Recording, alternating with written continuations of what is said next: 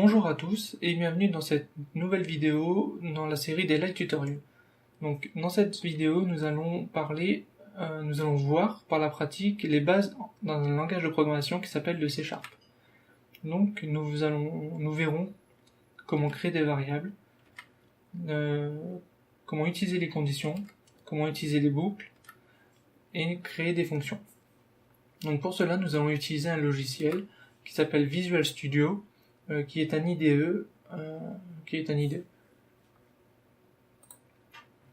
Nous voici donc dans l'IDE. Alors, j'avais déjà créé un projet, donc je n'ai rien modifié, je l'ai seulement créé le projet. Alors on peut voir déjà qu'avec cette IDE, on a la coloration syntaxique, c'est généralement repris dans la plupart des IDE, voire tous. Je ne vais pas vous détailler le code qui est généré quand on crée un projet, on verra ça par la suite. On va directement rentrer dans le vif du sujet.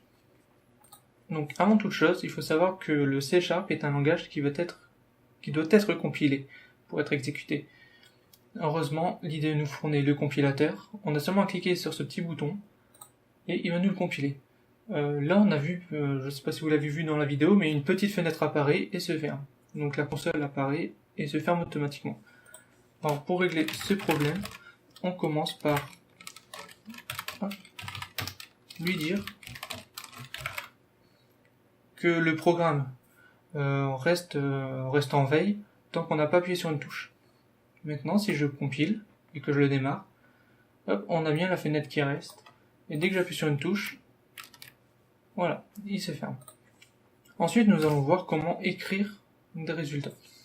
Enfin, comment écrire du texte. Donc on tape console, writeline, et hello world. Et on compile. Et donc maintenant on a bien notre texte affiché. Nous allons donc pouvoir commencer à travailler. Donc, avant, je vais vous montrer...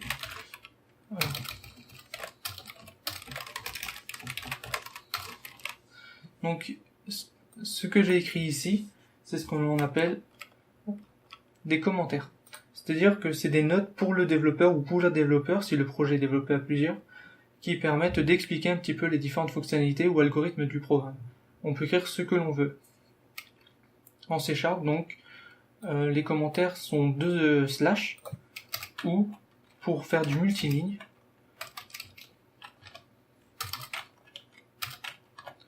on utilise un slash et un astérix. Et pour fermer le multiligne, donc après on a à l'intérieur, on n'a pas besoin des étoiles, il le met automatiquement, mais... Hop. Donc voilà, ça c'était un petit aparté sur les commentaires. Maintenant nous allons commencer à créer nos variables. Donc en C#, les variables sont typées. C'est-à-dire que si on veut créer une variable d'un nombre entier, on doit lui dire, bon bah cette variable ça sera un nombre entier. Sinon, si c'est une chaîne de caractères, bah, cette variable, elle va contenir une chaîne de caractères. Pour cela, admettons, on va vouloir créer un âge. On sait qu'un âge, c'est un nombre entier. Du coup, on dit, bah, c'est un int, âge est égal à 15, admettons. Pareil, si je veux pouvoir afficher un prénom, on lui dit, bon, un prénom, c'est une chaîne de caractères, donc c'est de type string, prénom est égal, et donc pour écrire une chaîne de caractères dans une variable, on met des accolades. Donc je vous l'ai fait voir, en fait je l'ai utilisé tout à l'heure sans vous l'expliquer. Quand on écrit du texte, finalement, c'est entre les accolades, ou les doubles cotes. Donc ici on va mettre Billy. Voilà. Maintenant si je compile, on a toujours Hello World. J'aimerais bien afficher quand même le prénom et l'âge. Donc pour cela, ici nous allons pouvoir utiliser la concaténation, c'est-à-dire que je vais pouvoir mettre hello, je ferme la chaîne de caractères, je mets un plus, et je vais pouvoir mettre le prénom. Donc si je compile, il va me mettre hello Billy. Donc il y a une deuxième façon de faire. Donc ici, si je continue avant, on va quand même, hop, j'ai plus âge plus.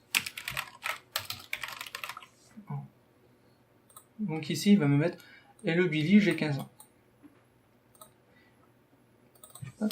Donc maintenant, il y a une deuxième façon de faire avec cette fonction.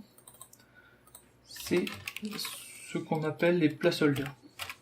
Donc je vais vous expliquer ça. Voilà.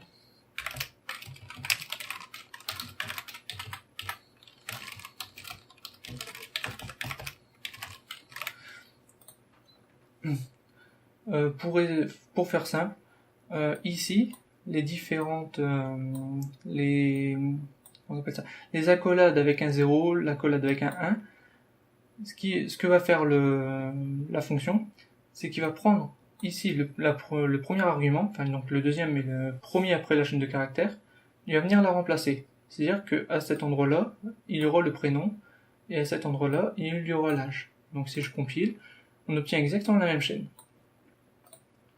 Par contre, si ici, j'inverse l'âge et que je mets le prénom, et bien il va inverser, il va faire L15, j'ai Billy en. Ce qui n'a pas vraiment de sens.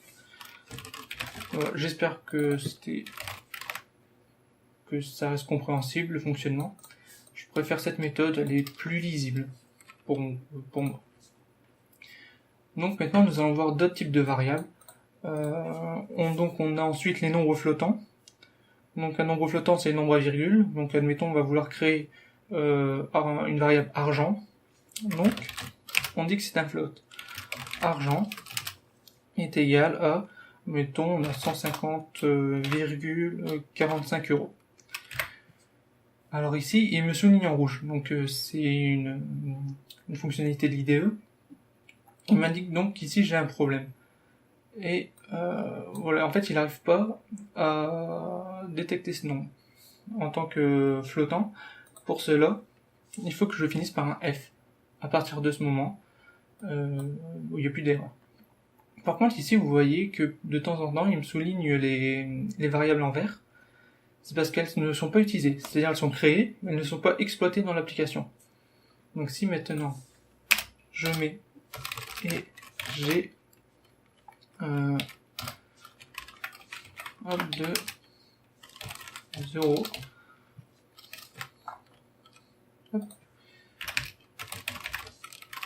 Hop, voilà, à partir de ce moment, il n'est plus souligné en vert puisqu'il est utilisé dans l'application.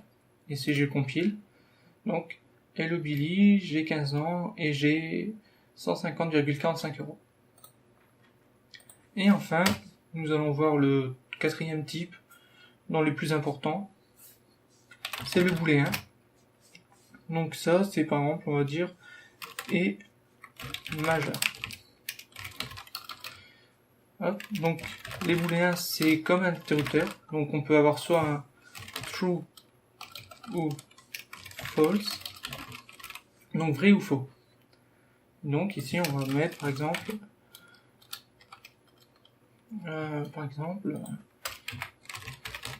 console write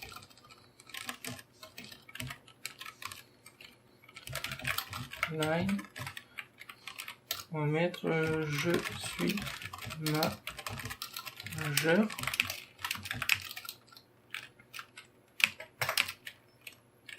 Et majeur. Et donc ici, il va mettre faux. Effectivement. Alors voilà. Donc nous avons déclaré les différentes variables, on a réussi à les afficher. Nous allons pouvoir passer aux boucles, aux conditions.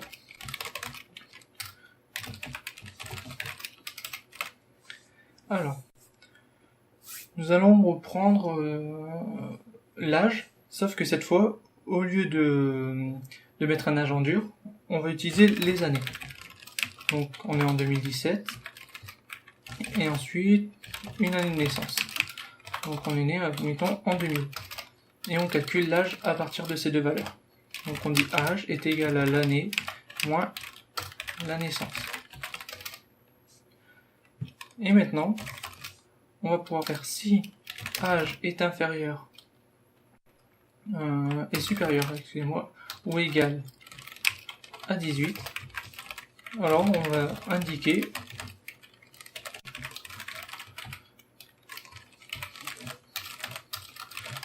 est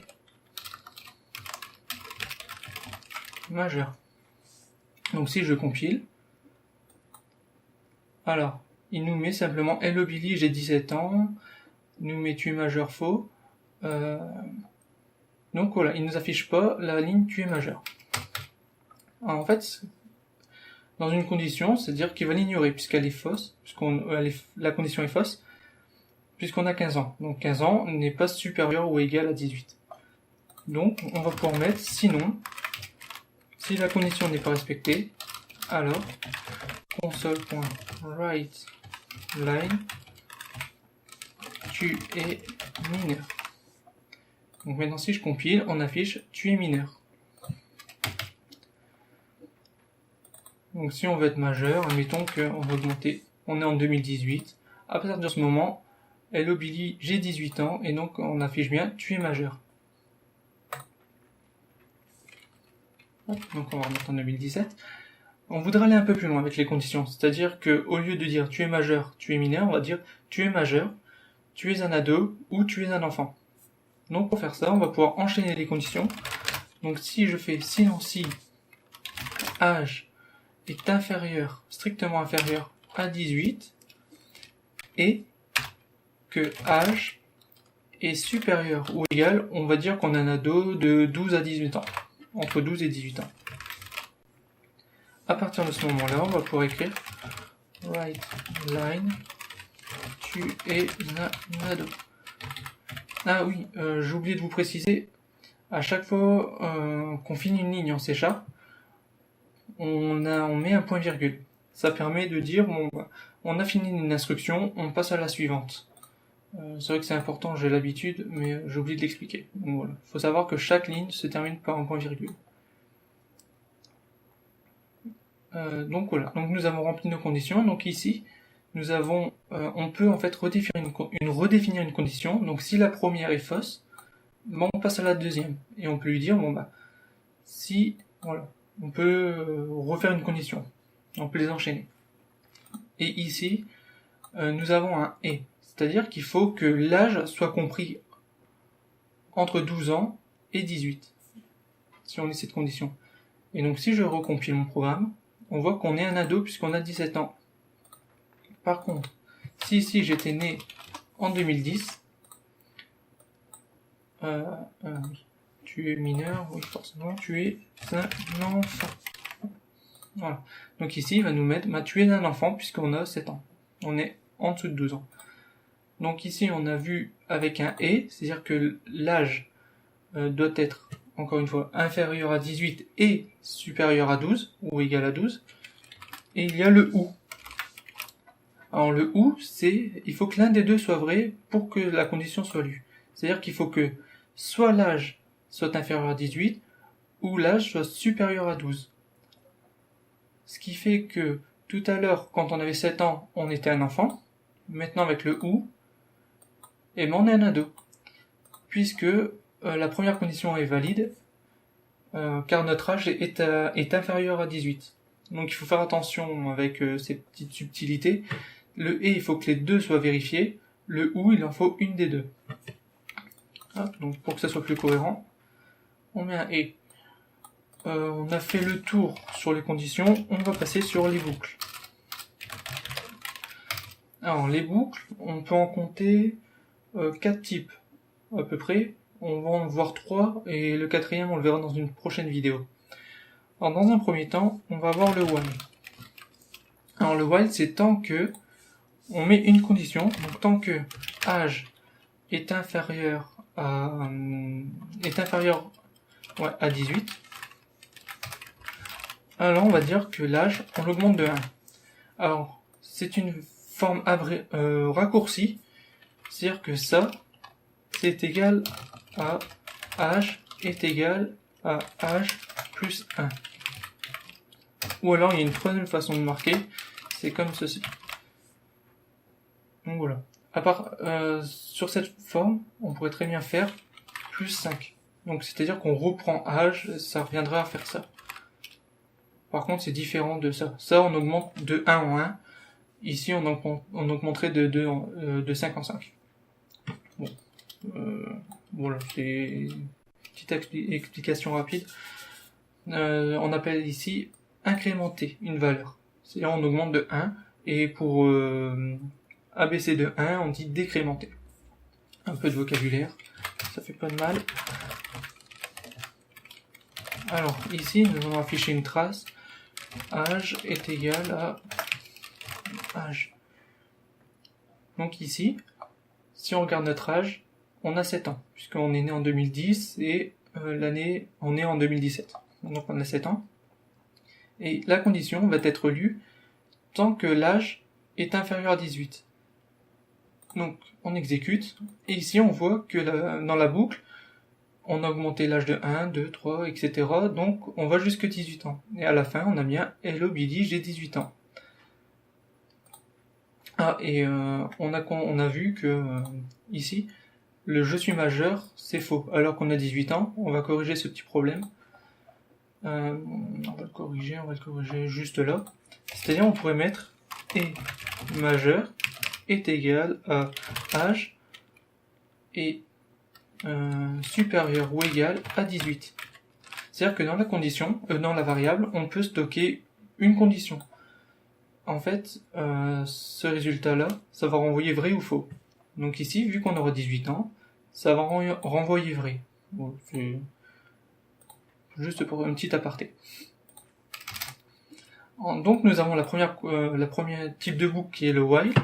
Nous avons ensuite le second qui est un peu moins utilisé. C'est le do while. Âge est inférieur à 18. On n'oublie pas le point virgule sur cette condition. Alors, nous allons afficher des traces un peu plus lisibles. Et ici, on va mettre un while. Alors, quelle est la différence entre les deux boucles? Ici, nous avons vu, si je mets âge est égal à 18, si je force l'âge à 18, que va-t-il se passer?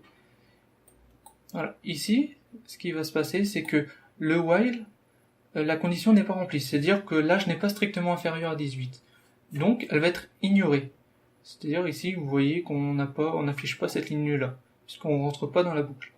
Par contre, le do while, même si la condition n'est pas bonne, on va rentrer dans la boucle au moins une fois. Même si la condition n'est pas valide, c'est-à-dire qu'il ne va pas répéter ensuite l'action. Voilà, c'est la différence. C'est-à-dire qu'avec un do while, on rentre forcément une fois dans la boucle. Avec un while, on n'est pas obligé d'entrer dans la boucle. Bon. Maintenant, nous allons voir la troisième boucle. Il faut que je coupe l'application. Voilà. C'est le for. Alors le for, quand on crée un for, on va créer, en fait, on va utiliser un peu, on pourrait dire 3 paramètres. C'est-à-dire on va créer un compteur qu'on va initialiser. Donc généralement on crée un i pour index et personnellement voilà, je crée un i pour index et je l'initialise à 0. Ensuite on met un nombre de fois que l'on veut l'exécuter. Admettons on a une punition à écrire, on doit l'écrire 100 fois, 100 lignes, je dois faire mes devoirs. Donc je dis voilà, je lui dis bon tant que i est inférieur à 100, et ensuite on augmente i de 1. Et à partir de ce moment, on va écrire nos lignes. Je dois faire mes devoirs. Et on va nous mettre une petite trace ici. Voilà, comme ceci. Et donc si je compile, on voit qu'il m'a écrit de 0 jusqu'à 99, je dois faire mes devoirs. Alors oui, petite précision, en C#, quand on verra les tableaux, j'expliquerai ça plus tard, mais il faut savoir que ça commence à 0. Donc, pour écrire 100 fois une ligne, 100 lignes, pardon, on commence à 0 et on s'arrête à 99, ce qui nous fait bien 100. Si on s'arrêtait à 100, ça nous ferait 101 lignes. C'est une petite... Donc ici, pour illustrer ça, si je fais i plus 1, Si j'ajoute un i, on commence bien à 1 et on s'arrête bien à 100. Donc on a fait à peu près le tour sur les boucles. Maintenant nous allons voir les fonctions. Donc pour ça nous allons créer une fonction puissance. Donc je vous expliquerai un petit peu ces différents termes un peu juste après. Alors, dans la puissance, nous avons besoin d'un nombre. Donc c'est un nombre entier. Donc p nombre, p int, p puissance. Voilà. Alors, void, donc comme je vous l'ai dit, ça je vous expliquerai plus tard. Ensuite, on met le nom de la puissance, de la fonction, excusez-moi. Et ici, alors, ce sont les arguments. Alors, je commence les arguments avec un p pour que voilà, je sache que c'est un paramètre, que je sache d'où ça vient quand je l'écris ensuite dans l'algorithme. Bon, c'est une convention personnelle. Ensuite, vous pouvez très bien l'écrire voilà, comme vous voulez, il n'y a pas d'obligation. C'est seulement pour moi m'y retrouver. Alors maintenant, nous allons écrire l'algorithme. Donc nous allons créer un résultat qui vaut par défaut 1. Ensuite, nous allons faire la boucle for. Donc nous allons créer notre compteur. Ensuite, on va faire i tant que i est inférieur à p puissance. Et nous allons augmenter le i de 1. Ensuite, on va prendre le résultat. On va le multiplier par p nombre. Et nous allons afficher le résultat.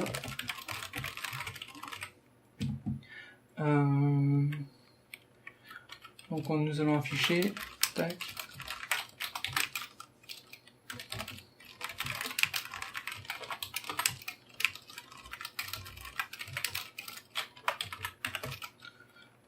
alors c'est p nombre virgule p puissance résultat. Et maintenant pour l'utiliser, donc ici on met les fonctions. Ok, puissance de 2,4, enfin 2 puissance 4. Ensuite nous allons faire par exemple 3 puissance 3 et on exécute. Alors avant, on n'oublie pas de mettre tout ça en commentaire pour alléger l'affichage. Et donc ici 2 puissance 4 16, 3 puissance 3 27.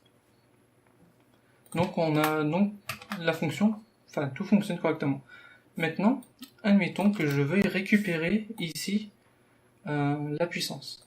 Par exemple, je voudrais afficher le double de cette puissance. Donc je ferai un wordLine. Et donc ici, je voudrais faire quelque chose comme ça, c'est-à-dire je récupère la puissance et je la multiplie par 2. Ici, vous voyez que l'IDE me souligne en rouge puisqu'il y a une erreur. C'est-à-dire que la puissance ne renvoie aucun résultat. Et ça correspond justement au void. En fait, le void, c'est le type de retour de la fonction. Ici, elle ne renvoie rien. Elle ne fait qu'afficher du résultat. Il n'y a pas de résultat qui peut être extrait de la fonction. Donc, si je veux pouvoir récupérer une valeur, il suffirait déjà que je retourne le résultat. Donc, retourne résultat. Mais ici, j'ai encore une erreur. Puisque j'ai un void. Donc, le résultat, on voit ici, c'est un type int. Donc la fonction va renvoyer un type int. Je n'ai plus d'erreur. Ici non plus. Et si je calcule, on a donc 32. Puisque si ici on multiplie par 2, on avait 16. Donc si on multiplie par 2, on a bien 32. Donc voilà à peu près sur les fonctions. Donc ça, comme je vous l'ai dit, ça sera dans une prochaine vidéo. J'espère que tout a été clair, sinon n'hésitez pas à poser des questions dans les commentaires. Et je vous dis à dans une prochaine vidéo. Salut!